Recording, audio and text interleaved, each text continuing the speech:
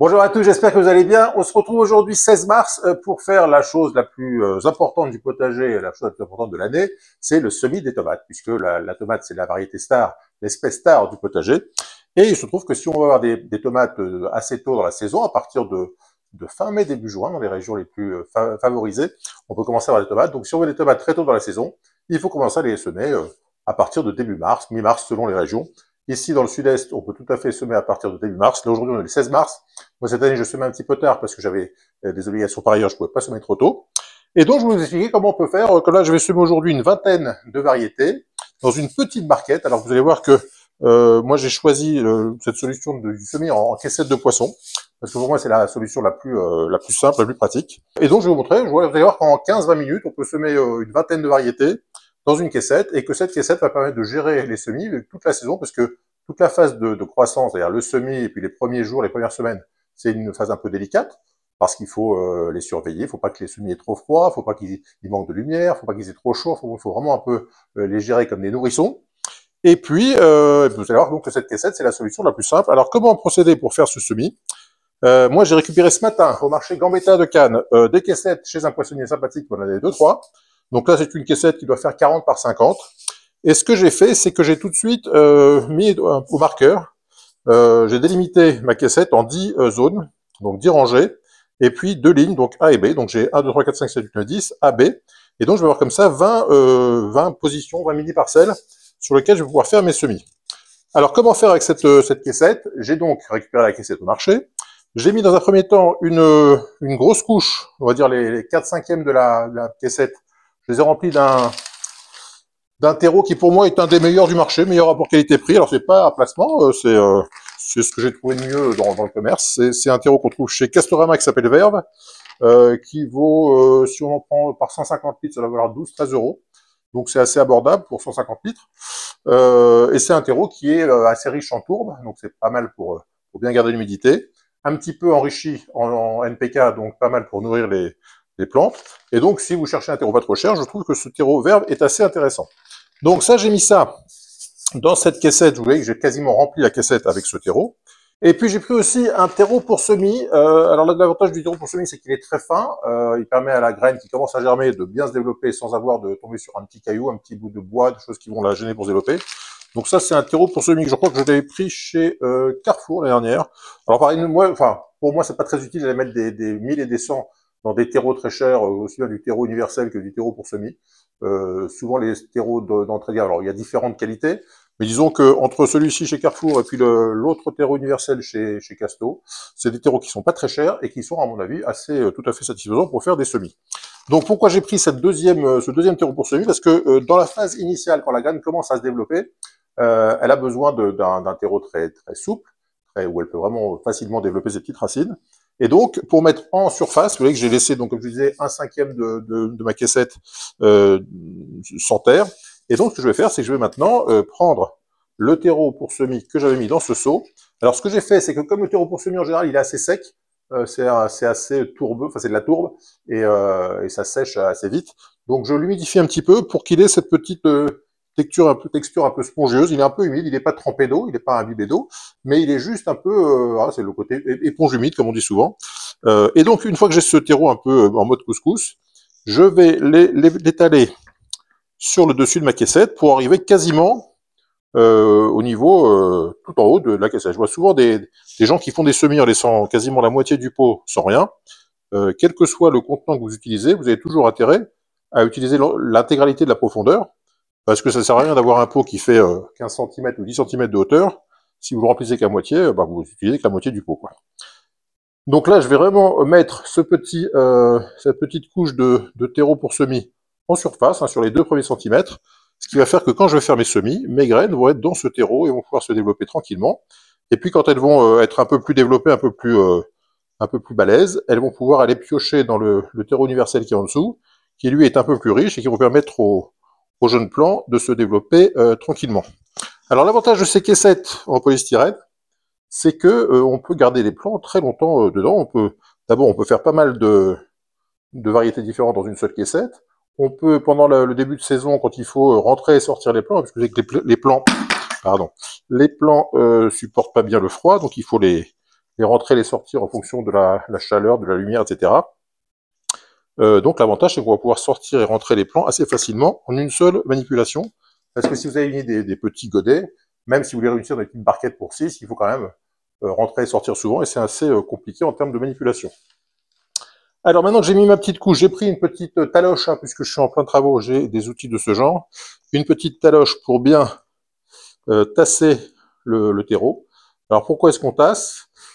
Si on tasse pas le terreau, on laisse des bulles d'air à l'intérieur de la caissette, et les bulles d'air, quand les racines tombent sur une bulle d'air, elles sèchent, elles ne trouvent plus ni eau ni nutriments, et forcément, c'est pas l'idéal. Donc voilà, avec ma petite taloche comme ça, je peux vraiment bien appuyer, et donc là, on voit que j'ai quasiment rempli la caissette de mes 2 terreaux, et que je suis prêt à semer. Donc ça, c'est terminé pour l'instant. Alors, comme je le disais, j'ai délimité des zones, et donc je vais faire maintenant des petites. Alors là, j'ai une truelle parce que je suis en travaux, donc je vais faire comme ça des petits sillons, donc 10 petits sillons qui sont là. Donc dans mon rang 1, un sillon, dans mon rang 2, un sillon. Voilà, je fais mes 10 petits sillons. Et l'avantage, alors vous allez me dire qu'est-ce que je vais faire avec tous ces plans, parce que là, c'est vrai que si j'ai 20 mini parcelles comme ça, je vais mettre au moins une quinzaine de plans, on va faire, on va dire, 300 plans dans une petite caissette comme ça. L'avantage, c'est que ça permet d'avoir autant de plans qu'on veut pour soi. Ça permet, si on a des petits soucis, parce que ça arrive parfois qu'on ait des coups de gel un peu tardifs, qu'on ait des bestioles qui viennent abîmer les semis, les plants, ça permet d'avoir des plans de secours. Ça permet d'en distribuer, si on a des amis qui veulent se lancer dans le potager, il faut qu'on soit tous des porteurs de bonnes paroles, et donc on essaie de diffuser cette passion autour de nous. Donc si on a des plans en plus, on peut les donner autour de soi, on peut les échanger. Enfin bref, tout ça, ça permet de faire vraiment d'avoir beaucoup de plans et de pas se poser de questions au moment de la mise en terre et de la répartition des différents plans. Donc voilà, j'ai fait avec ma petite truelle, j'ai fait donc cette petite délimitation des 20 mini parcelles. Et maintenant, il n'y a plus qu'à me rester à choisir les plants que je vais planter. Alors j'ai fait comme ça devant moi, j'ai une petite sélection des tomates. Alors chaque année, j'essaie de varier un petit peu. Bon, il y a les classiques, hein, il y a les marmandes, il y a les noires de Crimée, il y a les cœurs de bœuf, il y a toute la rose de Berne, enfin des variétés vraiment stars qui sont les favorites, on va dire. Mais chaque année, on essaye de faire un petit peu des variations, de découvrir des nouvelles choses. On essaye de mettre des précoces et des tardives, des déterminées et des indéterminées. Les précoces, ça sert à avoir des tomates tôt dans la saison.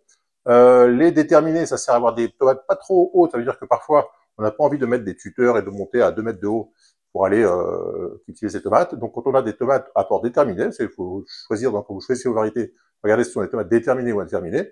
Si vous voulez faire, par exemple, de la culture en pot, vous avez tout intérêt à choisir des variétés à bord déterminé. Et ça, c'est indiqué sur l'indication de la variété en général. Donc, on va faire un premier semis. Alors, je vais peut-être pas faire tous les semis avec vous parce que ça risque d'être un peu long. Mais je vais vous montrer comment je fais les premières variétés. Donc là, je vais commencer par une tomate qui s'appelle la Reine des Hâtives et qui porte très bien son nom parce que vous allez voir que je la sème le 15 mars et que si tout va bien, je récolterai les premières tomates fin mai. Donc ça vaut vraiment le coup de faire cette variété parce que ça permet d'avoir des tomates assez bonnes et très tôt. Alors les tomates précoces, en général, c'est pas des très grosses tomates, c'est des tomates qui sont, on va dire, qui font 5-6 cm de diamètre. Mais c'est quand même sympa de manger ces premières tomates dès la fin mai, en ayant semé uniquement à partir de début mars. Donc à partir du moment où j'ai ma petite rainure, c'est assez facile de faire le semis. Donc je vais mettre une graine tous les 1 ou 2 cm. C'est pas la peine de trop les serrer parce qu'après, il faudra les démarier. Et c'est pas forcément très pratique à démarier. Donc en mettant comme ça, tous les 1 cm, 1 cm et demi, vous allez avoir normalement assez de plants largement pour faire ce que vous avez à faire. Alors si vous avez une préférence sur une variété, vous voulez mettre beaucoup de plants d'une même variété, vous en semez plus évidemment. Mais disons que moi j'aime bien avoir pas mal de variétés différentes pour tester des choses. Et là vous voyez que en 2-3 minutes, on sème comme ça. Là j'en ai mis combien? 1, 2, 3, 4, 5, 6, 7, 8, 9, 10. Voilà, sur une quinzaine de centimètres. Donc ça veut dire que j'ai mis une graine tous les 1,5 cm. Là, je vais avoir 10 plants de Reine des Hâtives. Alors bon, il y a aussi parfois des graines qui ne germent pas. Donc en mettant 10 graines, vous êtes assez tranquille, vous êtes sûr d'avoir la quantité suffisante. Donc je vais faire comme ça toutes mes petites parcelles. Ah oui, chose importante aussi, une fois qu'on a fait son semis, c'est de noter qu'est-ce qu'on a semé et où. Alors c'est là que vous prenez votre petit téléphone, et que vous notez, enfin, ou sur un papier, hein, moi je fais ça sur mon téléphone, mais vous avez une application du style Google Keep, qui vous permet de faire des petites notes comme ça en ligne. Et là, je vais mettre que donc en A1, donc dans ma colonne 1 et dans ma partie A, j'ai semé de la reine déative, donc je vais rajouter reine déative. Et ça permet comme ça de ne pas avoir des petites étiquettes qui se baladent, qui risquent de tomber, de s'inverser, etc. Moi, je sais que dans ma colonne 1, dans ma barquette, j'ai de la reine déative et tout va bien. Donc maintenant, je vais enchaîner avec les différentes variétés. Ça va me prendre, pour les 20 qui sont là, ça va me prendre peut-être une dizaine de minutes. Et puis, on se retrouve juste après pour que je vous explique un peu le détail de comment on termine le semis. À tout de suite. Voilà, donc il m'a fallu une bonne trentaine de minutes. Toutes mes graines sont plantées. Alors, j'ai fait donc 20 x 10, donc environ 200 semis. Ça veut dire que je devrais avoir environ 200 plants. Bon, il y a peut-être 10 ou 20% qui vont pas germer. On va dire entre 150 et 200 plants. Maintenant, il me reste plus qu'à refermer les sillons, puisque là, vous voyez, on voit bien toutes les graines qui sont réparties.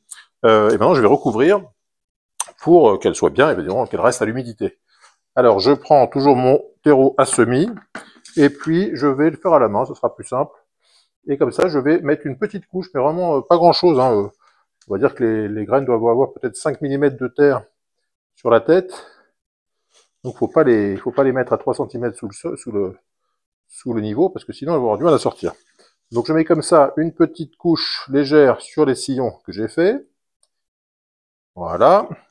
Et vous voyez qu'en finalement, en moins d'une heure, on peut faire 200 plants de tomates assez facilement, sans trop se prendre la tête.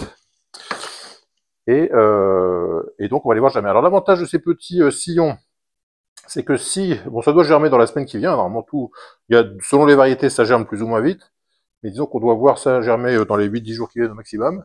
Si on voit qu'il y a une ligne qui germe pas, ben c'est pas très grave, hein, ça veut dire que les graines étaient un peu fatiguées, ça a peut-être mal été conservé. Dans ce cas-là, on peut tout à fait refaire un semis dans la ligne qui aura pas levé, et comme ça on perd pas de place. Donc on observe bien la levée des semis, et puis on se dit que si d'ici la fin du mois de mars, donc là on est le 16, si même vers le 25 mars, une ligne n'a pas levé, c'est simplement que les graines n'étaient pas bonnes, et donc on retrouve une autre variété, d'autres graines, et on sème sans aucun souci. Voilà, donc je recouvre comme ça tous mes rangs. Il faut plus que je vois de petites graines blanches apparaître. Et puis je vais pouvoir tasser, parce qu'encore une fois, il faut que chaque graine soit bien au contact de l'humidité de la terre pour germer, parce que si elle est si on fait poser la graine sur le substrat, elle sera pas assez, elle va vite sécher, et donc elle ne germera pas. Donc une fois que j'ai fait ça, avec ma petite taloche, je tasse bien. Voilà. Et puis il n'y a plus qu'ensuite à arroser. Alors là, j'ai pas pris mon petit vaporisateur. Je vais aller chercher tout de suite. Et puis on va vaporiser tranquillement ce petit semis. Voilà. Donc j'ai bien tassé. Et là, ça devrait lever sans aucun souci. Je vais chercher mon petit vaporisateur et je reviens. Voilà, j'ai trouvé mon petit vaporisateur. Alors, ce genre de petit vaporisateur, on en trouve dans les magasins Action. Encore une fois, c'est pas un placement. Simplement, ça coûte, je crois, 4-5 €. Et c'est pratique parce que vous pouvez comme ça pomper, mettre de l'eau du robinet et ensuite appuyer sur le robinet et vous avez comme ça un petit arrosage. Parce qu'évidemment, vous comprenez bien que si vous arrosez avec un arrosoir classique, les graines vont se balader, elles vont changer de rang, etc. Donc, ça serait beaucoup plus compliqué. Alors là, on arrose bien, on humidifie bien. Alors là, je vois que par exemple, en arrosant, j'ai mis à jour une petite graine. Donc je vais simplement prendre un peu de terreau et aller recouvrir. Parce qu'il faut évidemment pouvoir aucune graine à ce stade-là. Donc on regarde bien si on en voit. Et si on en voit, on recouvre.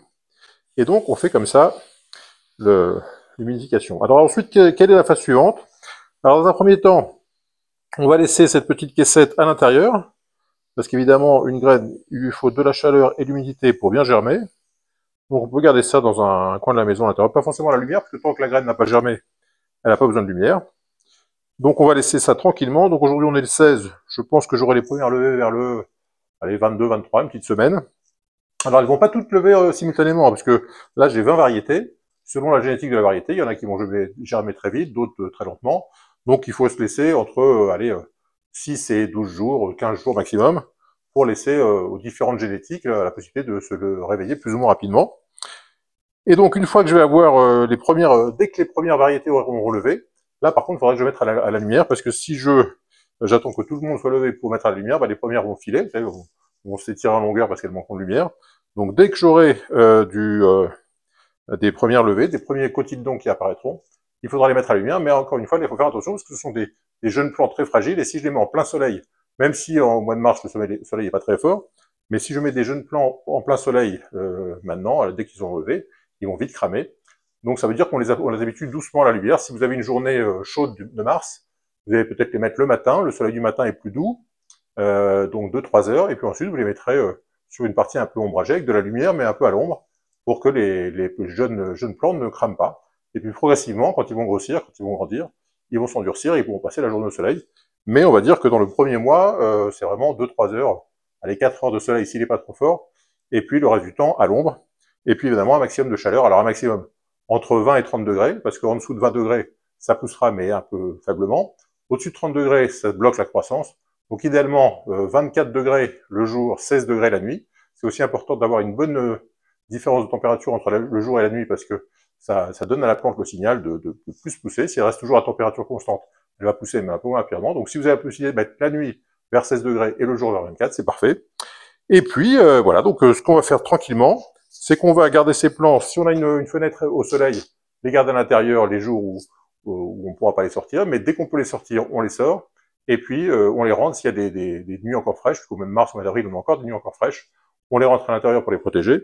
Pareil, si on a des gros coups de vent ou des grosses pluies, on va pas laisser des jeunes plants avec une pluie battante, donc on va les surveiller un peu comme des nourrissons, s'en occuper au quotidien, donc c'est un peu de gestion, mais ça permet dans quelques semaines d'avoir des plants qui seront prêts à transplanter. Alors la phase suivante, qu'est-ce que ça va être? Ça va être le repiquage. Vous allez avoir des jeunes plants qui vont faire peut-être 5-6 cm, et avec une cuillère, que je dois avoir par là, qui doit être là, oui, je ne sais plus, elle est là. Donc avec cuillère, vous allez chercher les plants et les sortir avec un maximum de terre, pour les repiquer dans un premier temps dans un godet de 7 cm, et puis après dans un petit pot, et puis ensuite, à chaque fois que le pot va s'agrandir, les racines vont pouvoir plus se développer. Et puis vers le fin avril, début mai, quand vous serez sûr que vous n'aurez plus aucun gel, vous pourrez mettre le plant qui fera peut-être 20 ou 30 cm déjà, pour le mettre en pleine terre, pour qu'il commence à produire ses premiers fruits. Pour les plus précoces, vous aurez normalement les premiers fruits vers la fin mai, début juin. Alors au niveau des notes, je vous avais expliqué que je note chacune des parcelles.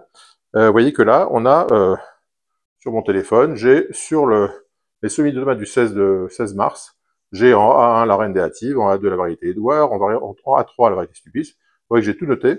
Donc j'ai pas besoin de mettre des petites étiquettes dans ma cagette, parce qu'encore une fois, les étiquettes, ça peut se balader, ça peut changer, ça peut s'inverser. Là, je sais qu'en fonction de la position, un peu comme quand on joue à toucher poulet, bataille navale, là, je sais qu'en A3, je peux vous dire que j'ai la Stupis.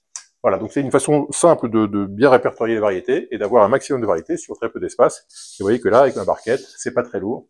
Je peux rentrer, sortir en fonction des aléas climatiques. Et voilà. Donc si vous n'avez pas encore commencé vos semis, je vous engage à le faire rapidement, c'est le moment. Et puis si vous avez des questions ou des commentaires sur le semis, vous les posez en section commentaires de cette vidéo. Si vous avez aimé cette vidéo, évidemment, un petit pouce bleu. Si vous n'êtes toujours pas abonné, je compte sur vous pour nous rejoindre. Et puis on voit la suite de ces semis dans une quinzaine de jours, 3 semaines, on commencera à voir si on va commencer à les repiquer. C'est tout pour aujourd'hui, et à très bientôt pour de nouvelles aventures. Bye bye.